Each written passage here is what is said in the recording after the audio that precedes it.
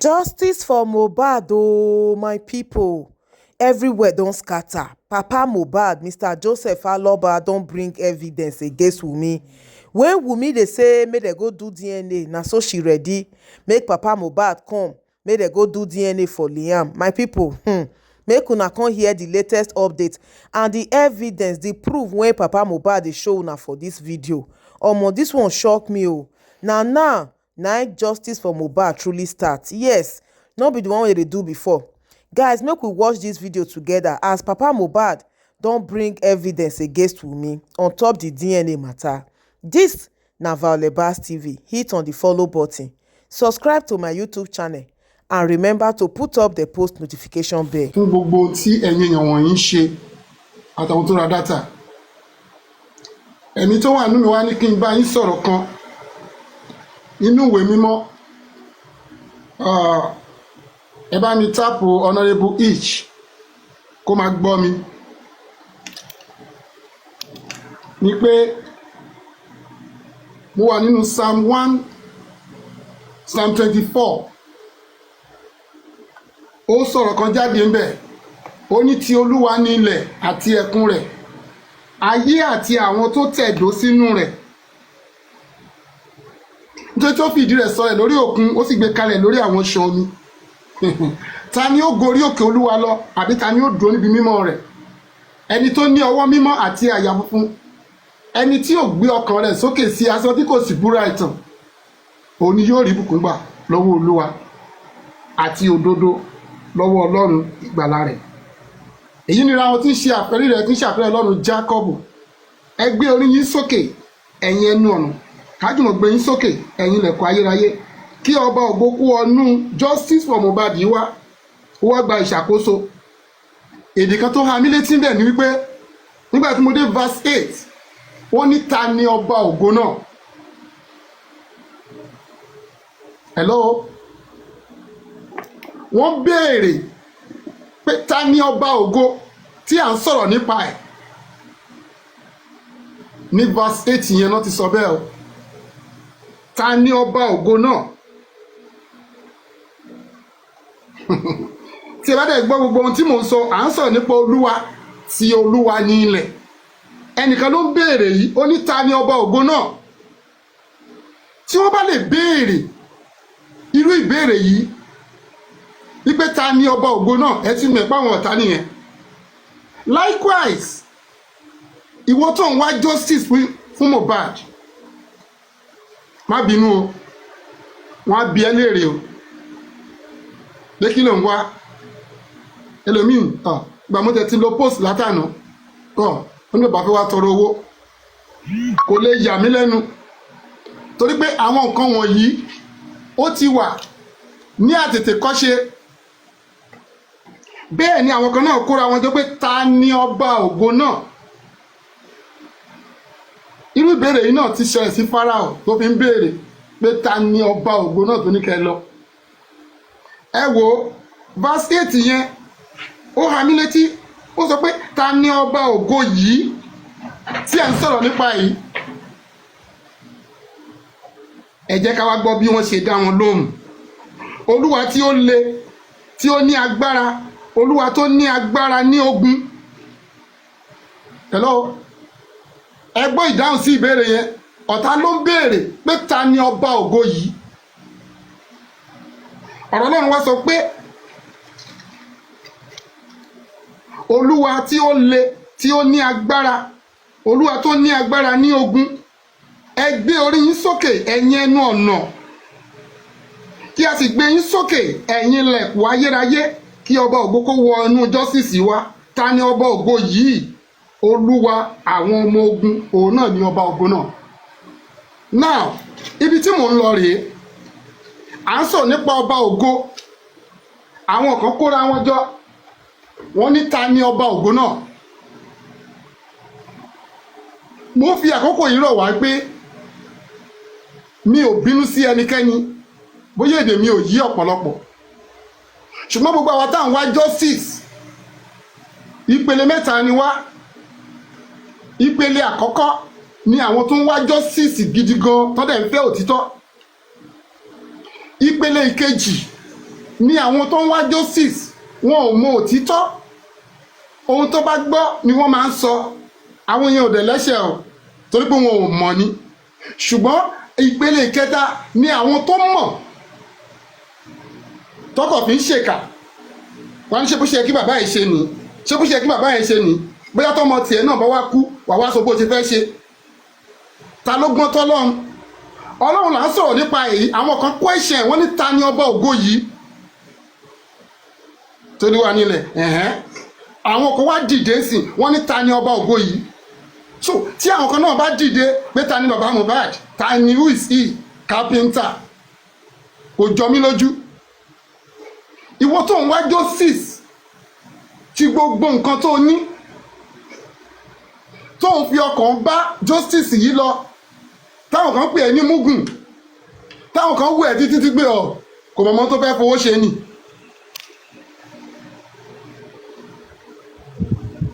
Àwọn tí mò ń sọ yìí náà ni o, àwọn ló ń béèrè o pé ta ni ọba ògo yìí. Tí ọ̀rọ̀ ẹ bá lè jáde sí olùgbàlà, mélòó mélòó ni àwa, gbogbo àwa tá à ń wá justice yẹn pẹ̀lú gbogbo tí a ní pẹ̀lú ọkàn wa, kò sí ni o. Wọ́n á béèrè lọ́wọ́ rẹ o pé kí ló tẹ̀ fẹ́ rí gbà ń bẹ̀ gan. Lórí ọ̀rọ̀ justice yìí mo ti rí ẹni tó ti ná bíi 10 million tó dẹ̀ ṣe ń ná lọ torí pé ó fẹ́ rí ìdí òtítọ́. Mo gbà ládùúrà pé irú àwọn wọ̀nyí ayọ̀ náà máa fi gbà lágbára Ọlọ́run. Ọlọ́run dẹ̀ máa fi ẹ̀rín sí wọn lẹ́ẹ̀kẹ́ lórí ọ̀rọ̀ justice for Mohbad. Ìpele àwọn tó wá mọ òtítọ́ tí wọ́n yí irọ́. Onífújì kan ló kọrin, ẹ̀dá yòówù tó ń ṣe ìkàláyé tọmọ ìkùnú àdámọ̀ wá ṣàdúrà fún iṣẹ́ ọwọ́ ẹ̀ ni ó máa ṣépè fún, iṣẹ́ ọwọ́ ẹ̀ ni ó máa ṣépè fún. Ẹ̀dá yòówù tó wá ń ṣeré láyé tọmọ ìkùnú àdámọ̀ wá ṣépè fún, iṣẹ́ ọwọ́ rẹ̀ ni ó ṣàdúrà fún, iṣẹ́ ọwọ́ ẹ̀ ni ó ṣàdúrà fún. Iṣẹ́ ọwọ́ oníkálùkù ó máa padà ṣàdúrà fún. Lórí ọ̀rọ̀ justice for Mohbad yìí, torí tí àwọn kan bá lè béèrè lọ́wọ́ Olúwa, jọ̀ọ́ má jẹ́ kó jẹ́ ìyàlẹ́nu fún ọ. Wọ́n á béèrè wípé kí ló fẹ́ gbà nínú justice for Mohbad. Ṣùgbọ́n mo fẹ́ kó mọ̀ wípé Ọlọ́run ń lò ẹ́ lọ́wọ́lọ́wọ́. Mi ò lè dá ṣe, tí n bá lè dá ṣe ni kò yẹ kí n wá sí TikTok live.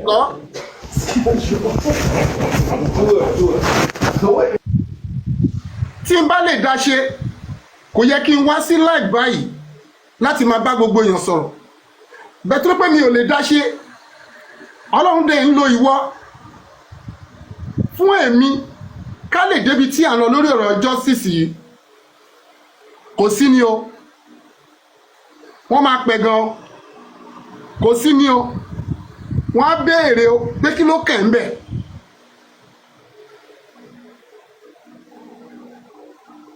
Mi ò fẹ́ dárúkọ rárá lórí ọ̀pọ̀lọpọ̀ tí wọ́n wá justice. Ẹ jẹ́ kí n sọ pé àwọn kan ò mọ òtítọ́ yẹn, ṣùgbọ́n tí alágbẹ̀dẹ bá wá ń lorin lójú kan ó fẹ́ mú àmì jáde. Mi ò sí mẹ́ngbà tí Mohbad kú, mo gbọ́ ni mo wà. Ọlọ́run dẹ̀ ní kí n witness àwọn tí mo bá ń bẹ̀ ń jọ yẹn. Tí mi ò bá lọ síbẹ̀ tí ẹ̀ ní gbọ́n kankan, torí tí almost 15 people bá lè unite tá a gbóòótọ́ lẹ́nu wọn ẹ̀ ní gbọ́ anything. Ṣùgbọ́n bó ṣe wo Olúwa ló ń ṣiṣẹ́, kò dẹ̀ sẹ́ni tó lè dá dúró. Kò dẹ̀ sí bí okùn irọ́ ṣe tíìkì tó, ó máa já torí pé Ọlọ́run ni olóde wà lójúṣẹ́ fún èmi àti ẹ. Ó dùn mí pé mi lè máa dárúkọ gbogbo àwọn tó ń wá justice, but ẹ jẹ́ kí n dárúkọ ọ̀gbẹ́ni yìí tí à ń pè ní Yomi. Ní ohun tó mọ̀ póun fẹ́ fi wá justice èmi ò against ẹ̀ torí agbọ́tẹnu eku wífẹ́ yẹ Yomi ló ń bá wí kíní kan ló ń bá wí no ṣùgbọ́n èmi fẹ́ kí ọ̀pọ̀lọpọ̀ farabalẹ̀ kárí òtítọ́ ayọ̀ ló jẹ́ fún mi wípé àwọn tí mi ò lè ṣe àwọn kan wá ń dìde wọ́n sọ pé àwọn fẹ́ ṣe é so gbogbo àwọn táwọn wá justice yẹn mo really appreciate wọn lọ́pọ̀lọpọ̀ ìyẹn mo sọ pé àwọn kan wà ní middle àwọn òtítọ́ ọ̀rọ̀ kan ò yé wọn ò mọ̀ so tó bá dẹ̀ wá gbọ́ lẹ́nu mi báyìí pé òtítọ́ nu tí mò ń sọ yìí o ó yẹ ká lè rí mú bẹ̀ fún àwọn tó ń wá justice yẹn sọ pé bàbá yìí alágbẹ̀dẹ ẹ̀ máa ń lurin lójú kan ó wà fẹ́ mú àmì kan jáde but àwọn kan wà kò ṣekú kò ṣẹyẹ wọ́n mọ̀ òótọ́ wọn ò ní sọ wọ́n ṣe bóyá kí bàbá ṣe ṣe nìyẹn ṣe bóyá kí ìyá Mohbad ṣe ṣe nìyẹn ṣe bóyá kí Wùmí ṣe ṣe nìyẹn.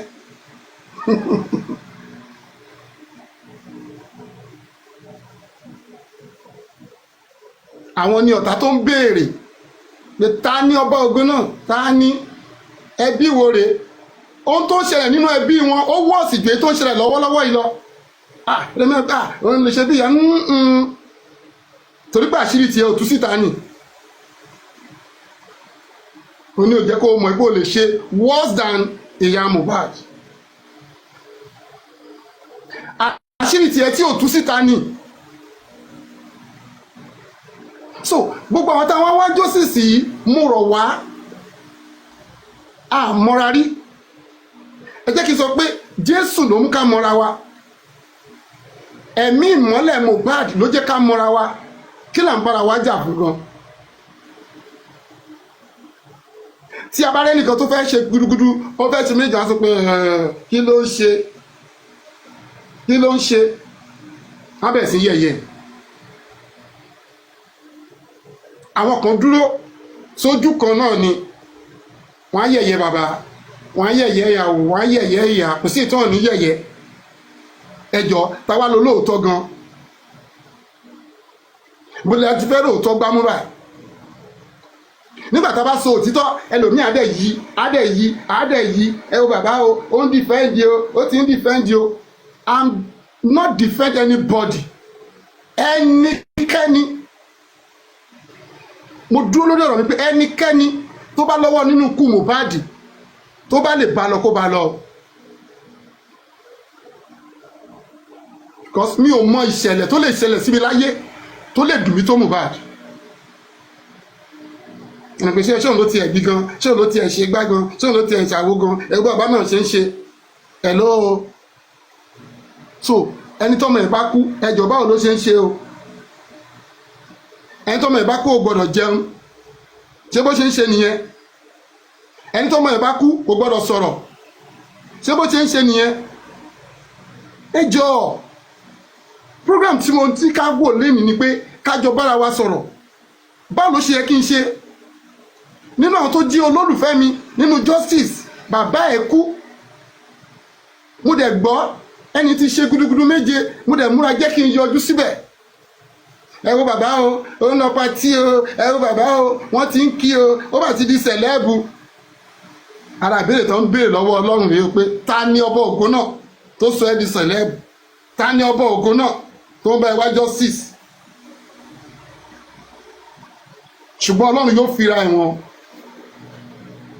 nínú ayé ẹni kankan wá táwọn wá justice wọ́n gbógun tì ẹ́ Ọlọ́run máa fira ẹ̀wọ̀n nínú ayé ẹ àbí tó bá sòótọ́ ló kù tó bá dúró sórí òtítọ́ yẹn tó dẹ̀ rí traces pé ó dàbí pé ok bàbá yìí ló ń sòótọ́ ẹ jẹ́ ká tẹ̀lé ok ìyàwó ẹ̀ ló ń sòótọ́ ṣẹ́rí bí ò bá sí olórí ibú olóríire kì í níyì o ṣe ẹ̀ tún sọ pé mo dé báyìí tí gbogbo èèyàn bá ṣe oríire láyé kò ní níyì ṣùgbọ́n tó bá ti rí olórí ibú olóríire wá níyì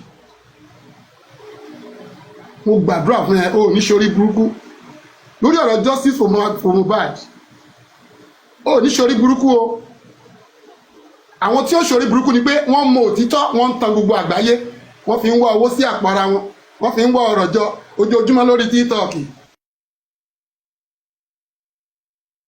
Wọ́n yí ọ̀rọ̀ bàbá, ṣé yẹ kí bàbá náà ṣe báyìí, ṣé yẹ kẹ́ni náà ṣe báyìí, ẹ̀ẹ́dẹ̀ sọ òtítọ́. Ṣọ́mọ bàbá ló wà lẹ́gbẹ̀ẹ́ yẹn, ẹ jọ̀ọ́ ṣọ́mọ bàbá lẹ tún wá. Wọ́n mà ní bàbá bínú, ṣé yẹn ni justice tó ń wá. Bíra ìlérí pé ṣé justice náà ló ń bá wọn wá yìí, kò ṣe, kò jẹ́ kẹ́ni tó fẹ́ ṣe kó ṣe, kò ṣe. Ẹni tó ń gbìyànjú wọ́n fà á wálẹ̀, wọ́n ní olè ni.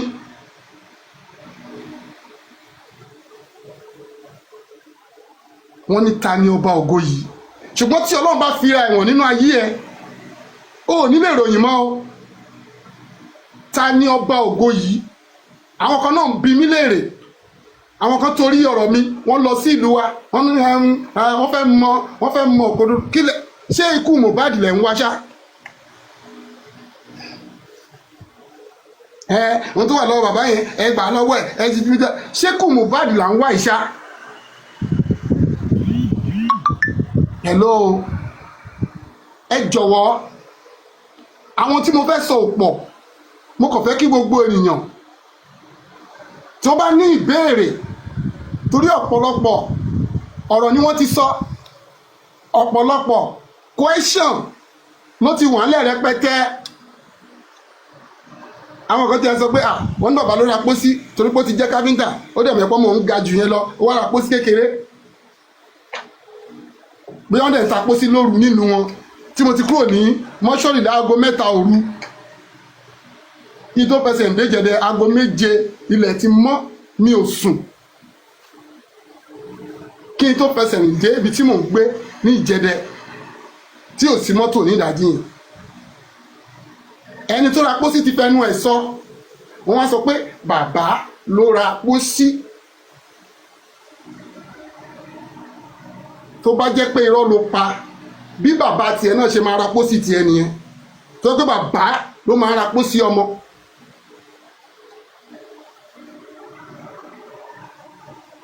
Ọ̀rọ̀ jáde tàṣetàṣe o, ẹnikẹ́ni tó fi kú Mohbad tó fi ń wọ owó sápò ẹ̀ tó dẹ̀ ń parọ́ fún gbogbo àgbáyé tí ò jẹ́ kágbáyé ó sinmi, ìrẹ́ ò ní sinmi. Ṣùgbọ́n tó bá wà lóòtítọ́, kò sí bó ṣe dààmú tó, ọ̀run máa pèsè fún ẹ. Tó bá dúró sídìí òtítọ́ pẹ̀lú ohun tó ń ṣe pé a fẹ́ jọ rí justice. Ọ̀nà rẹ̀ ẹnìkan kò mọ̀, àwa máa rí ìdí inú. Ibi tó máa gbà láti ràn ẹ́ lọ́wọ́, ṣùgbọ́n kò jẹ́ ẹlòmíì lójú. Wọ́n ní ta ni ọba ògo náà? Ta ni ọba ògo náà? Olúwa tó le, tó ní agbára, tó lànà síbi tí ọ̀nà ò sí.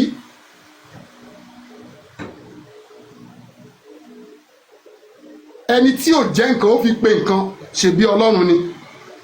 Torí náà ló ṣe ń hùwà bí Ọlọ́run. Ọmọ ẹ̀ kú, ó máa fẹ́ di sẹ̀lẹ́bù, ó máa fẹ́ sí sẹ̀lẹ́bù. Béèrè, àwọn tó béèrè níjọ́ sí tán níta ní ọba ògo náà, ọ̀run dá wọn lóhùn, ọ̀run dẹ̀ máa dá ìwọ náà lóhùn. Ó máa ń sọ̀rọ̀ ẹ̀ di sẹ̀lẹ́bù, ó máa ń sọ̀rọ̀ ẹ̀ wọ́n máa ń hàn náà ẹ̀. Ṣe bí Ọlọ́run ni. Torí náà ló ṣe ń hùwà bí Ọlọ́run. Ta lọmọ ẹ̀ wá kúnlẹ̀ ìtọ́jẹ́ pé mọ́tò náà lọ fi compensate bàbá ẹ̀. O dẹ̀ kíyèsára, o dẹ̀ má kànsẹ̀ lórí ọ̀rọ̀ kú Mohbad. Ó sì lè máa gbowó sí o, kó má bàa padà tòṣì láyé ẹ̀ tó o bá wá justice yẹn bó ṣe yẹ kó wá. Wọ́n fi ọ̀rọ̀ Mohbad, orúkọ Mohbad, wọ́n fi ń kówó jọ, wọ́n tún fi ń gbógun ti bàbá ẹ̀. Ọ̀run máa gbógun tì yín o, àṣẹ́gun bẹ́ẹ̀. Mi ò ní sọ̀rọ̀ púpọ̀ náà.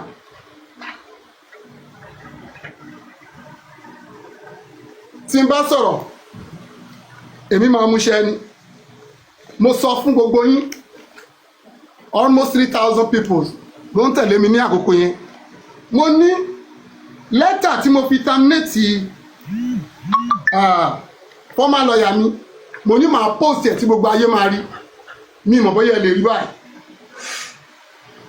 Hello, lẹ́tà tí mo kọ sí lọ́yà Ọ̀dúnmọ́sù rèé. ẹ̀yin tẹ́lẹ̀ screenshot ẹ̀ ń rè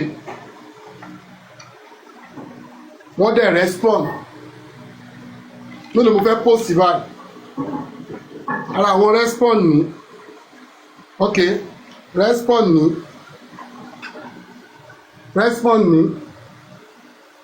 wọ́n ní mo jẹ wọ́n lówó láì jẹ́wó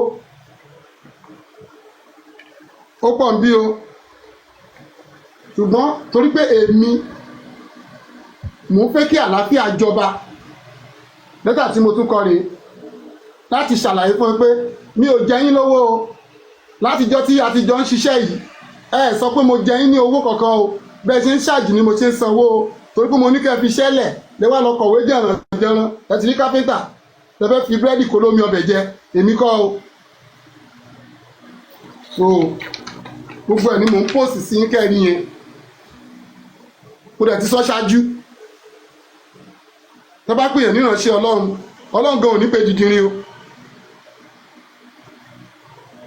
ọlọ́run kì í pé dídìrín ṣùgbọ́n mo bẹ̀ yín gbogbo àwọn táwọn wájọ́ sísì ẹ jẹ́ ká unite béèrè lọ́wọ́ rẹ̀ pé kí ló ń bá lágbájá jà fún kí ló ń bá jà fún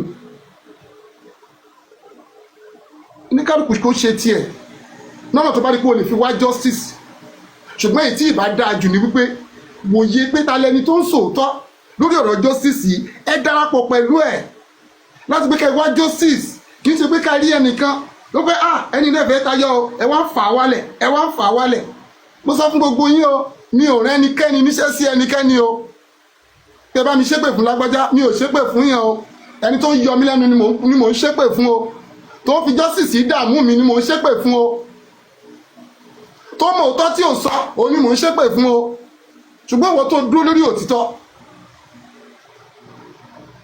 tó dẹ̀ wá justice ìròyìn ayọ̀ ló máa gba ilé ẹ̀ kan ìwọ tó mọ̀ tó kàn ń sọ tiẹ̀ ṣá ọ̀tọ̀ọ̀tọ̀ ni o ìjọ́ tó bá ti mọ òtítọ́ tó tún padà ń sọ ibi máa bá ẹ o.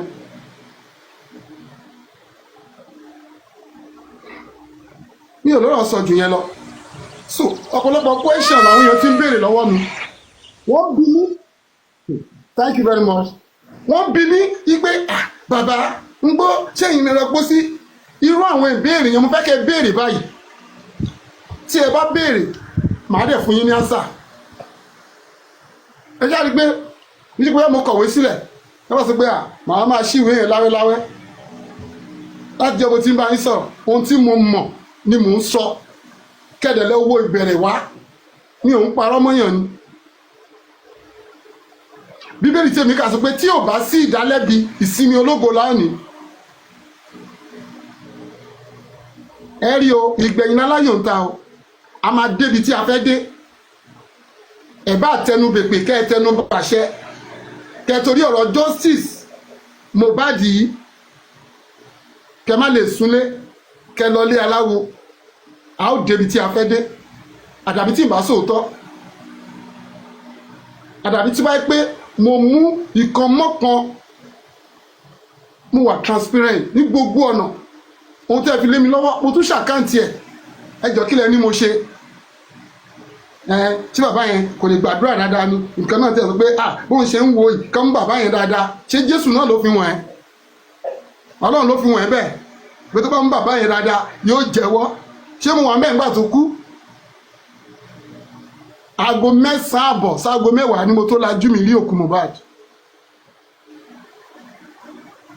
bàbá yẹn ni ó ti gbóná àkáǹtì ẹ̀ this is the time tí fọ́ọ̀fù rẹ̀ sì wà very very important kó tiẹ̀ gba fóònù mi nọ́mbà mi rèé kí gbogbo ayé rí wọ́n ṣe fọ́ọ̀fù rẹ̀ sì gbé kí wọ́n sọ pé bàbá ti gbowó báyìí o èwo mo tún sọ gbogbo àgbáyé yìí láì ṣe pé wọ́n kówó ilé fún mi pé kí n lọ kanlé kò sí mílíọ̀nù tó wọnú àkáǹtì mi rí ní àkókò corona kòró yẹn tí gbogbo ìtadágbágbá àkókò yẹn lẹ́nìkan fún mi ní 1.5 tó sẹ̀ǹdẹ̀ sákàtì pé kí n lọ fi kanlé fóun lẹ́yìn yẹn mílíọ̀nù wọnú àkáǹtì mi rí onígbà tó ti gbowó ikú ọmọ ẹ̀ gbà tó jẹ́ kó sáré lọ sí bí wọ́n ṣe rò ó nìyẹn torí pé ó mọ̀ ọ̀run dáríjì ẹ̀ ṣùgbọ́n gbà tó wá mọ̀ nígbà tó wá mọ̀ níta ni ó mú ọ ohun tí ó mú ọ ó wà lẹ́gbẹ̀ẹ́ ilé ẹni náà ò ní tòrò àṣẹ́gun bẹ́ẹ̀ o ẹnikẹ́ni tó fi kú ọ̀rọ̀ Mohbad tó fi ń da ayé láàmú tó fi ń dà mí láàmú ọ̀run máa dà láàmú wọ́n tún gbé ọ̀rọ̀ bàbá wọ́n ṣe yẹ kó wọ aṣọ báyìí wo bàbá tọ́mọ ẹ kú ṣe yẹ kó wọ aṣọ báyìí ṣe yẹ kó máa dán báyìí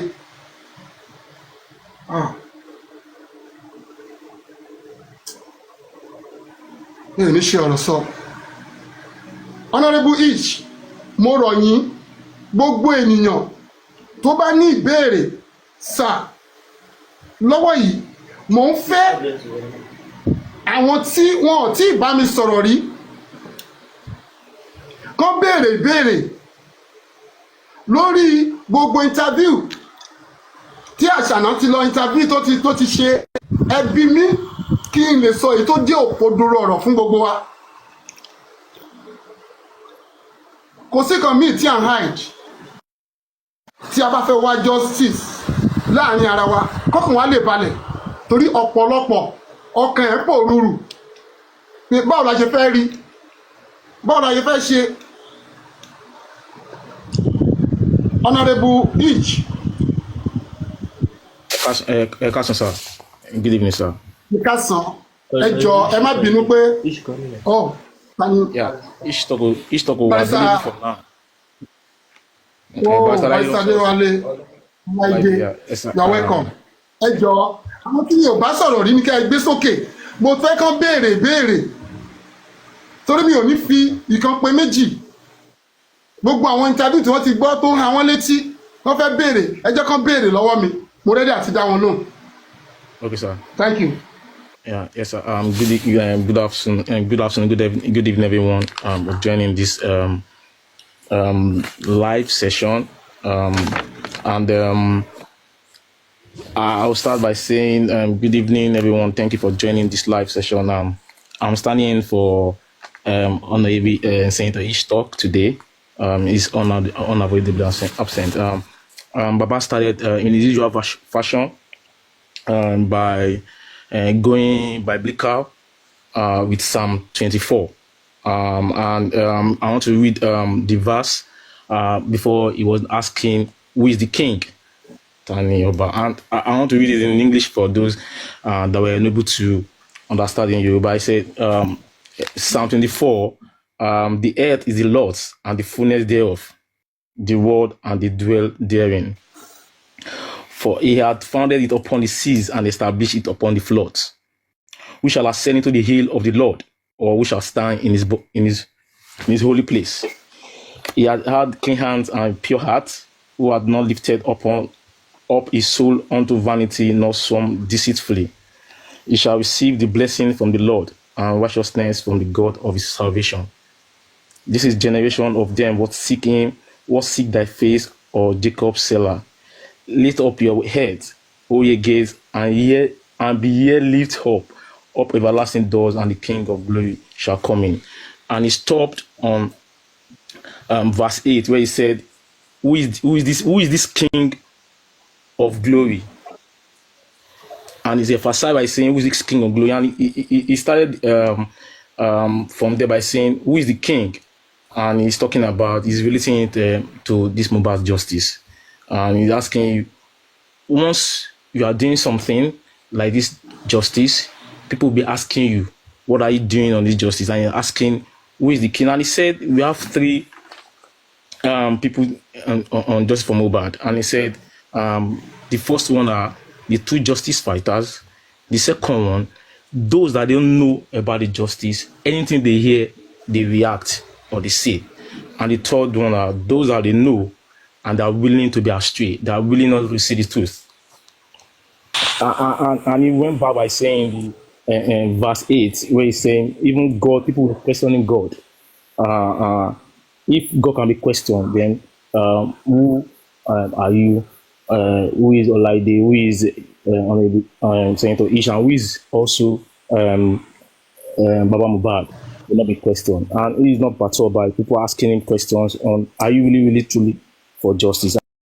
And he's saying, and he's asking some question. And you know, some people are trying to be anti-justice because they know what is happening in this case, and they seem don't want to align to the truth. They're hiding the truth, they know the truth, and they continue on that truth. And he also went by saying some people have spent a whole lot of money on Joseph Mohbad, and they are willing to help financially, even prayer wise. They will continue to do that on this Joseph Mohbad. And also he went on by saying regarding the interview being granted by Omowomi Cynthia Adebanjo, who has continued to be lying on the personality of Joseph Aloba, saying that Joseph Aloba was the one that bought the coffin. And he said he got to Mohbad's house at about 9:30 p.m. Nigerian time, 12th of September 2023. And they took the body to the mortuary because they were not given police report. And he left Wunmi, Darusha, and others at the Ikoyi mortuary. And they were the one that procured the coffin. After they procured the coffin, they bent Mohbad's neck in the coffin. And he's saying that the person that was doing a charade on TV, saying he was the one that bent the coffin, most definitely the person that was to buy his or her coffin by lying on him because he did not even know how the coffin was bought. He got home at about 7 a.m. that night. Mohbad was buried. He left them there, and Darusha on the 5th of December 2023 via his Instagram page, he narrated how he bought the coffin and how they did the burial arrangement. So why would anyone come out and say he was the one that bought the coffin and bent Mohbad's neck? And anyone that is saying that against him, definitely that person's parents usually going to buy his own coffin, because that can never happen in Yoruba land where he's from. He can never buy the coffin of his children. But anyone that is saying that he did, definitely his own parents will do that. And he went on by saying he displayed the letter he sent to his former lawyer, Barrister Odumosu, where he terminated his appointment, and the exchange of letters from both of them. He displayed it on the screen right now, and I want to believe every one of us would have at one point in time screenshot that. And he went by saying there is a certain person called Yomi Fabi. He said he is not against him. He's not against him. He has been doing he has been doing a lot on Joseph Mohbad. And as he said again, he went back to verse 8 in Psalm 24. You say, who is the king? You can be questioned, and anybody can be questioned, but that doesn't mean he is against him. He has never at any point in time been against Yomi Fabi. He loves what he is doing, and she continued doing what he's doing. And he also said that he's not going to defend anyone on just one bad. Recall that when Darusha was embalmed, that was petitioned, he got to the police station and he said, even if it is his mom or his dad or his brother or anybody, they should be picked up. And then he's not having this, like, he's not taking this lightly. If it is anyone in his family, they should be very responsible. Also, he's not defending anyone. He's not defending anyone. Anyone that is found culpable in the death of Mohbad, they should be picked up. Yeah, they should be picked up. And as part of what he's saying again, he's saying the Nigerian police should do phone forensic on his phone, because he got to that at 9:30 p.m. And the first time he saw Mohbad's corpse was around 9:30 p.m. where he got to that house on that Saturday on the 12th of September 2023. That Nigerian police should do the necessary by doing a phone forensic on his phone and everyone that made the call on that day. And lastly, he said every question you want to ask, anyone that want to ask a question should come up. Maybe those that have never asked him questions on this live, they can come up and ask him questions regarding the interviews being granted by Omowomi Cynthia Adebanjo and so that he can clearly state how it happened, or want to debunk. If you feel like debunking some of them, you can debunk it right now. So we can all send request. You can all send a request so that you can explain better to everyone, because it feels like Cynthia Omowumi Adebanja has been lying to the public regarding first how Mohbad's head was bent, and also regarding the DNA. So by this time, we want to try to bring up people. My wife, we are ready. You can start bringing people up so that they can come up and ask questions. Please, just one question, and let's take it 30 seconds, and then we are good with that. Thank you so much, everyone. That's the summary of Baba's opening speech on today's live. Thank you so much, everyone.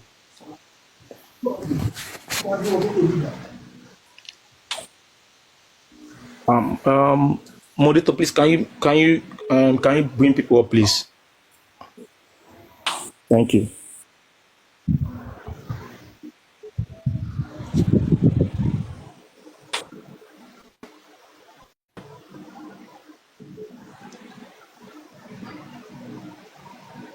Hello? Yeah, more opinion, sir. Yeah, okay. Yeah. Mo really appreciate interpretation yìí. Okay, sir. Bó ṣe wà náà nìyẹn. Thank you very much. Now, Sir. mo fẹ́ àwọn questions yẹn kí wọ́n sọ̀rọ̀. Okay, sir. Okay, sir. Okay, thank you, sir. Thank everyone. He's ready to answer all the questions, and the first question we have is Vegetable Highland. Please unmute and ask the question. So I'll come there. Thank you so much, Vegetable. Thank you, Olaide, for interpreting in English. Hi, Baba.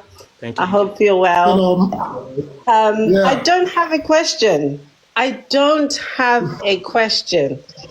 have just something to say. And maybe I can only speak for myself. We believe you. And I think that for those that don't want to believe you, it's up to them.